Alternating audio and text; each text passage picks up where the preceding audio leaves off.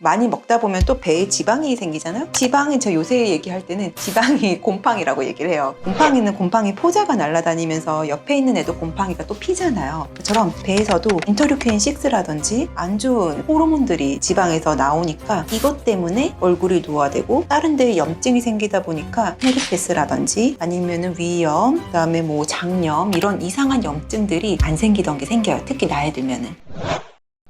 안녕하세요. 비하율 성형외과 전문의 유혜미입니다.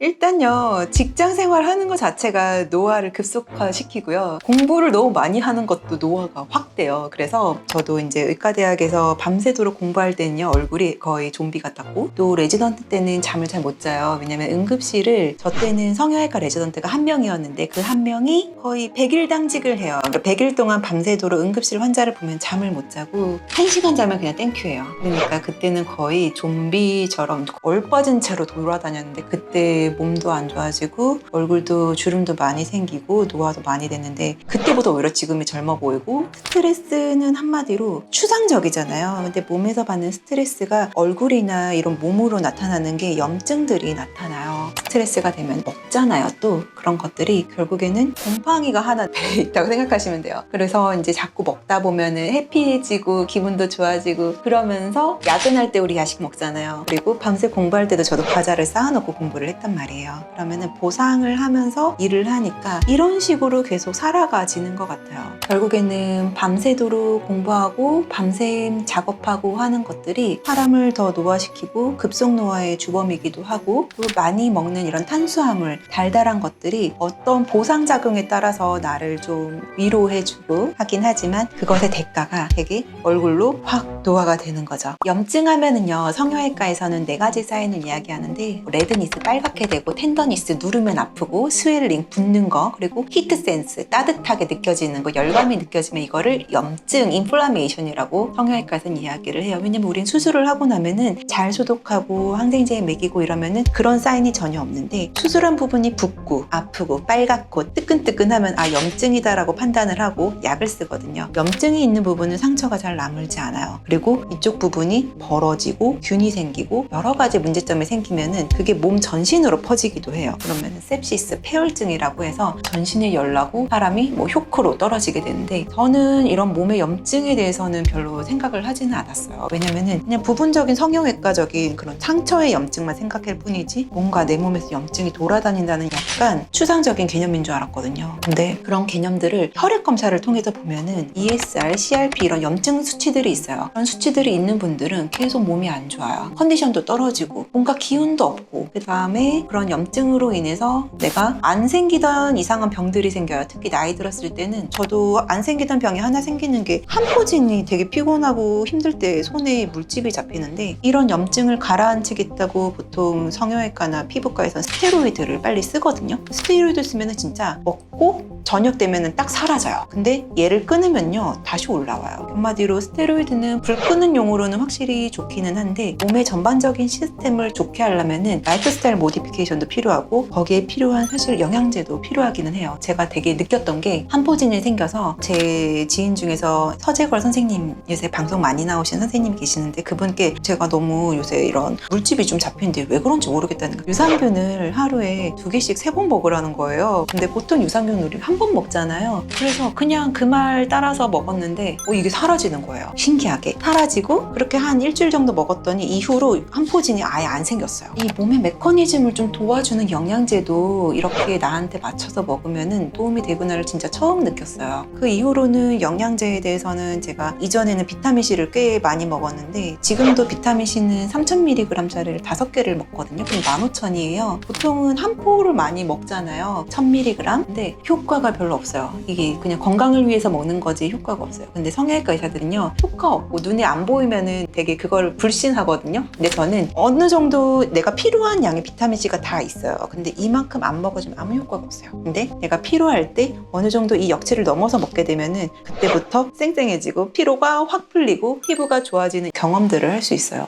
첫 번째는요 계속 앉아있는 거. 좌식, 사망, 증후군 이런 식으로 얘기를 하는데 너무 앉아서 있다 보면은 피가 정체가 되고 심장이 박동이 좀 느려지고 이러다 보면은 계속 다리도 붓고 몸은 활동을 하지 않게 되죠. 뇌만 쓰게 되고 어떠한 자세가 계속 일정하게 되면은 그것만으로도 칼로리 소모도 안 되고 운동도 안 되고 정체된 삶을 살게 되고 그래서 저는 1시간에 한 번씩 계속 일어나서 움직이라고 얘기를 하는데 사실 그렇게 하기도 힘들어요. 어떻게 하냐면은 물을 계속 마셔주는 거예요. 제가 이거를 되게 좋아하는데 이게 한 1.2리터쯤 되거든요. 이거를 하루에 2개를 먹는다 생각을 하시고요. 물을 계속 먹으면은 계속 일어나서 화장실을 가게 돼 있어요. 그러면은 가만히 앉을 수가 없어요. 그래서 물을 먹으면은 몸도 순환이 될 뿐더러 살도 덜 찌고 피부도 좋아지고 눈 건조, 코 건조, 입술 건조까지 다 좋아지는데 대신 자꾸 화장실을 가는 게 단점이다라고 하지만 사실 화장실 가려면 일어나서 움직여야 되고 한번 움직이고 화장실 갔다가 손도 씻잖아요. 위생적으로도 좋다고 생각해요. 우리가 손도 잘 안 씻는단 말이에요. 그래서 물을 자주 먹어주는 것도 하나의 팁이 될 수 있고 가만히 앉아있지 말고 다리도 올렸다 내렸다 하면서 종아리 근육 운동을 한 30번 정도 해도 이렇게 혈류순환이 된다고 해요.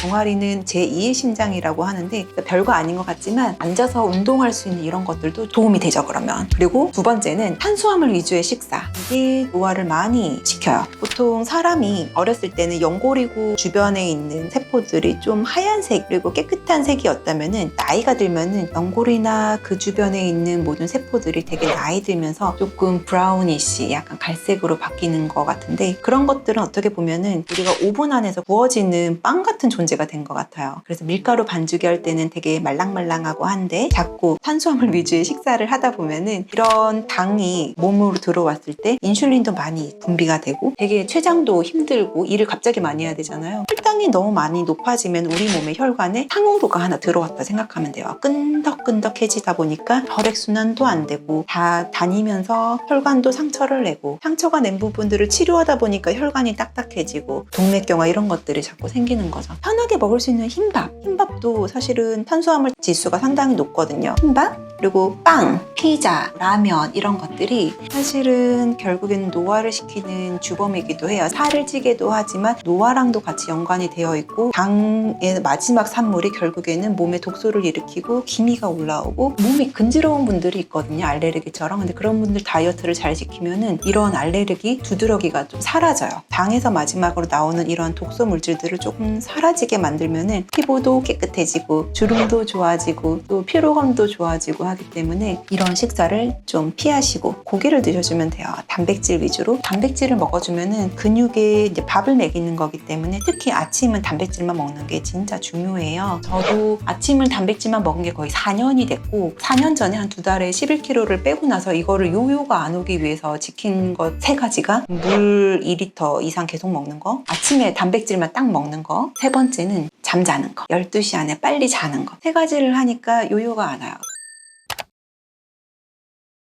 제 책에도 잠을 진짜 많이 얘기하는데 모든 세계가 3개를 아직은 정복을 못했는데 첫 번째는 비만, 두 번째는 탈모, 세 번째는 잠이에요. 이것만 완벽하게 컨트롤하면은 사람들의 수명은 엄청 늘어나면서 생산력이나 효율성이 늘어나는데 저도 잠을 잘 자면서 인생에서 3번의 고비를 잘 넘겼거든요. 중학교 때는 항상 공부를 1등을 했는데 고등학교 들어갔더니 성적이 안 오르더라고요. 그래서 밤새도록 공부를 했어요. 그랬더니 아침에 학교 가서 계속 조는 거예요. 또 밤 되면은 커피 마시면서 새벽 3시까지, 4시까지 혼자 공부를 해요. 그러다 보니까 꾸역꾸역 계속 넣는 거죠, 머리에. 인풋을 계속 많이 하는 게 답이 아닌 거예요. 그래서 계속 공부만 하다 보면은 계속 인풋만 되잖아요, 뇌에. 근데 잠을 안 자면은 이게 손으로 이렇게 시험 볼 때 아웃풋이 안 되더라고요. 잠자는 게 뇌에도 장기 기억으로 단기 기억을 이렇게 넘어가게 하는 그런 과정을 꼭 하게 하는데 그걸 제가 몰랐던 거죠. 오래 공부를 해야 시험을 잘 본다라는 그런 속담이 있어서 그냥 무조건 오래만 밤에 공부를 했는데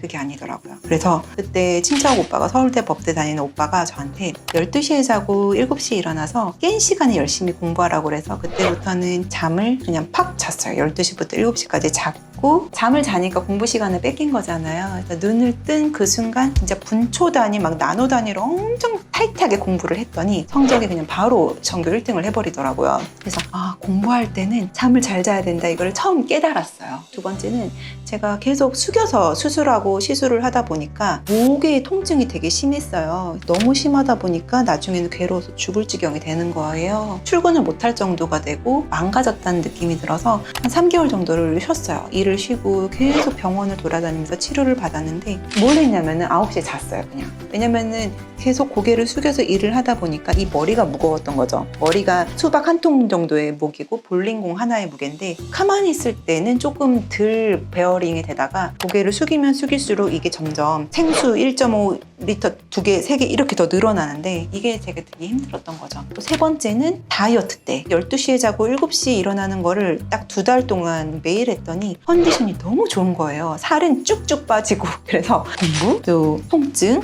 살찌는 거에 대한 모든 해답을 저는 수면으로 찾았어요. 이게 엄청 중요한데 사람들이 이거는 생각 안 하고 약만 먹고 수술만 받고 이러고 효과 없어.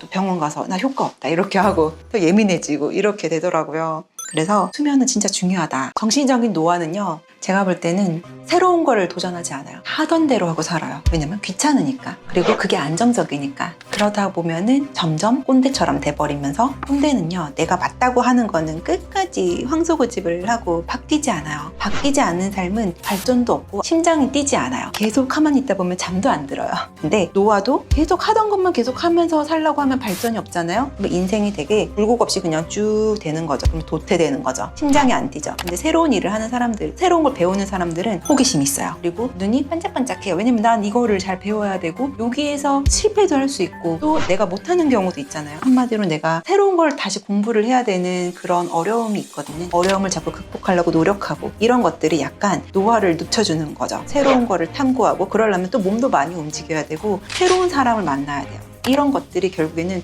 뇌에서도 이런 시냅스가 조금 더 많이 생기고 뇌도 빨리 돌아가고 새로운 사람을 만나면 또 좋은 기회도 찾아오고 이런 것들이 좀 더 액티베이션 되고 인생을 활기차게 만들고 몸을 자꾸 움직이게 만드는 거죠. 그래서 생각이 노화가 되는 거는 하던 대로 하고 사는 거, 이거는 계속 노화가 되는 거고 결국에는 도태되고 삶도 지루해지고 삶이 지루해지면 우울해지고 우울해지면 잠도 안 오고 우울해지면 일단 움직이기 싫고 자꾸 먹잖아요. 그럼 몸도 결국에는 뚱뚱해지고 늘어지다 보면 움직이기 싫고 그렇게 되는 거죠. 과로사회, 요새 보니까 살을 못 빼는 분들이 자기 직장에서 일이 되게 힘드신 분들이 있어요. 그럴 때는 진짜 직업을 바꾸라고까지 얘기를 해요. 예민해서 자꾸 깨야 되고 그러다 보면 식사를 제때 못 챙겨 먹고 이러면은 자꾸 혹사시키게 돼요. 과로하게 되는 거죠. 과로하게 되면은 몸이 계속 살이 쪄요. 그리고 자꾸 병이 생겨요. 그런 분들 보니까 안 걸리던 병이 생기고 계속 몸이 안 좋아지더라고요. 그러면은 돈 버는 건 해야 되는데 내가 하는 일로서 내 몸이 망가지면은 그 일을 진짜 바꿔야 된다 생각해요. 그래서 어떤 사업을 다른 걸 한다든지 아니면은 뭐 온라인 클래스를 한다든지, 요새 보니까 수세미 뜨개질을 하는 것도 온라인 클래스를 열어요. 돈을 받고 이런 것도 여는데 내가 하는 그런 잘하는 거 하나쯤 영상 찍어서 유튜브도 올리고 강의하고, 저는 책 쓰는 것도 되게 도움이 된다고 생각을 해서 이번에도 책을 집필을 했지만 이것도 몇 년간 제가 책 쓰는 거에 대한 공부도 많이 했고 책을 쓰면 인생이 달라진다고 계속 옆에서 막 책 쓰라 하는 얘기를 많이 들어서 이번에 맘먹고 책을 빨리 쓴 거거든요. 이것도 몇 개월 만에 썼어요. 한 3, 4개월 만에. 이러한 것들은 결국에는 나의 라이프 스타일을 약간 확실히 바꿔줘야 돼요. 과로하지 않게. 어느 정도 과로하다면은 조금씩 이거를 풀어줄 수 있는 진짜 휴식을 가져야 된다 생각하고, 자는 건 쉬는 거가 아니라는 책이 있더라고요. 그걸 보니까 가만히 자는 것만이 아니라 음악 듣고 또 내가 좋아하는 사람 만나고 또 커피 한잔 하면서 어떠한 시간을 음악과 함께 보내고 충분히 나를 리프레시 해줄 수 있는 게 휴식이 될 수 있다고 느껴서, 과로 사회에서 피하기 위해서는 나를 위한 좀 아름답고 힐링되는 시간을 꼭 가져야 되고, 그게 너무 어려우면 진짜 내가 힘들게 일하는 거를 그만두고 다른 쪽으로 가는 통로를 만드셔야 될 것 같아요. 저속노화의 정의연 교수님도 아산병원에 있을 때는 약간 얼굴이 힘들어 보이고 본인이 저속노화를 얘기를 하지만 좀 얼굴이 좀 퀭해 보이고 힘들어 보였는데 병원을 나왔더니 얼굴이 되게 바뀌었잖아요. 얼굴이 더 젊어지셨어요. 그런 거 보면은 참 어떤 직장을 바꾸는 거 자체가, 아니면 직장을 그만두는 게 저속노화로 가는 가장 빠른 길이 아닐까, 그렇게 생각이 들기도 해요.